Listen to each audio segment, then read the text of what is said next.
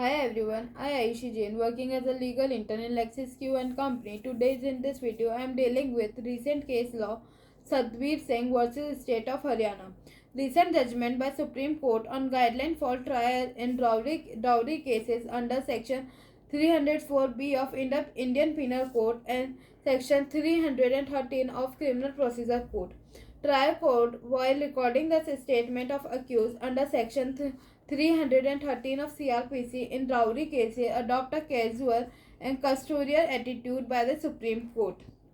Before knowing the guideline laid down by Apex Court, let us know the provision of Section 304B of Indian Penal Code, Section 113B of Evidence Act, and Section 313 of CRPC, Criminal Procedure Code.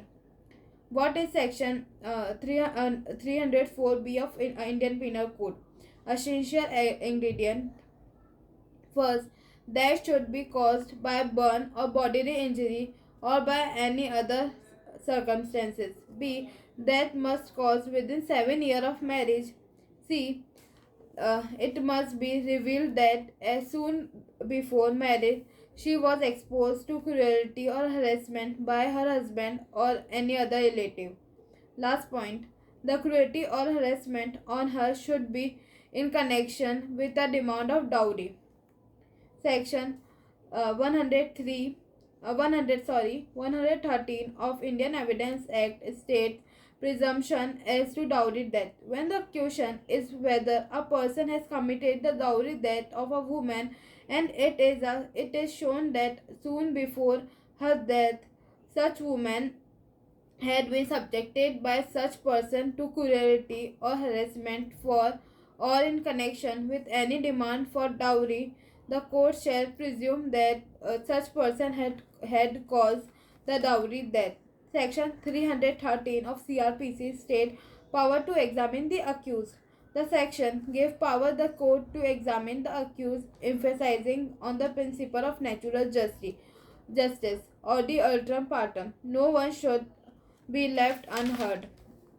According the accused may be asked to furnish information regarding the incriminatory allegation made against them, which the court accept as an explanation from the side of the accused. In the case of circumstantial evidence, it is determined whether the chain of circumstances is complete or not.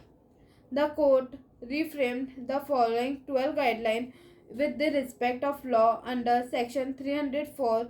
Read with section 113B of Indian Evidence Act in Satvir Singh versus State of Haryana. First, section 304B of Indian Penal Code must be interpreted keeping in mind the legislation intent to curb the social evil of bride burning and dowry death or dowry demand. Second, the prosecution must at first establish the existence of the necessary ingredient for constituting an offence under section 304B of Indian Penal Code. Once the ingredients are satisfied, the rebuttable presumption of causing provided under section 113B of Indian Evidence Act operate against the accused. Third, the phrase soon before as appearing in section 304B of IPC cannot be construed to mean immediately before the prosecution must be established existence of or proximate and live link between the dowry death and cruelty of harassment for the dowry demand by the husband or his relative. Fourth point, section 304B of IPC does not take a pigeonhole approach in categorizing death as homicidal or suicidal or accidental. The reason for such non-categorization is due to the fact that death occurring otherwise than under normal circumstances can in case be a homicidal or suicidal or accidental.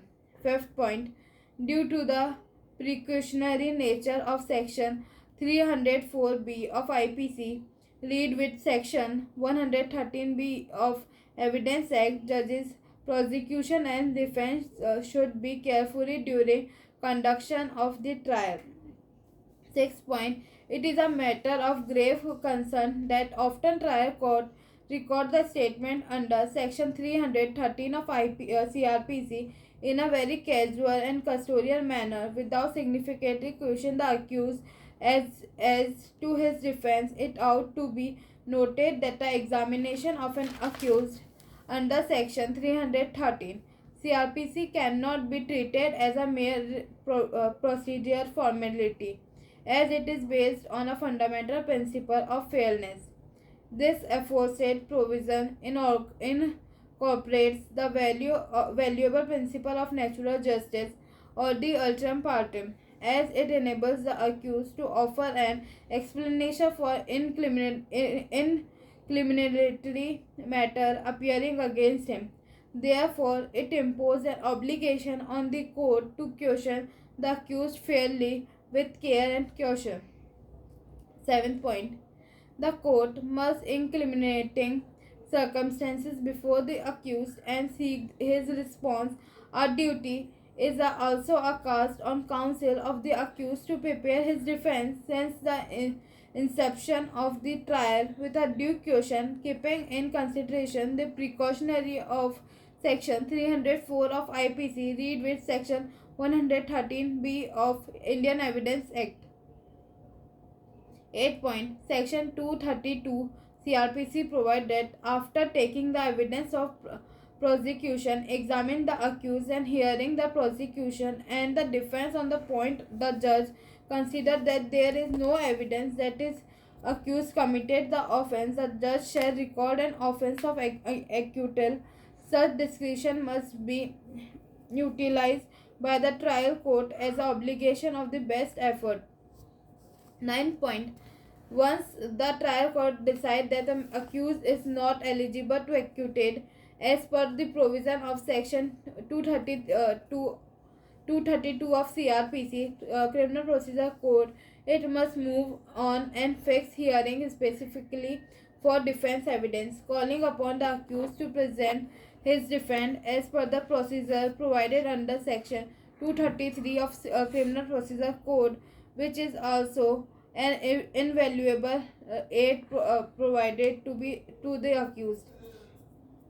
10th point. In the same breath, trial court need to balance other important considerations such as the right to a speedy trial. In regard, we make caution the above provision should not be allowed to be misused as a delay tactics. 11th point. Apart from the above, the preceding judge should follow the guideline laid down by this court while sentencing and imposing appropriate government. 12th point.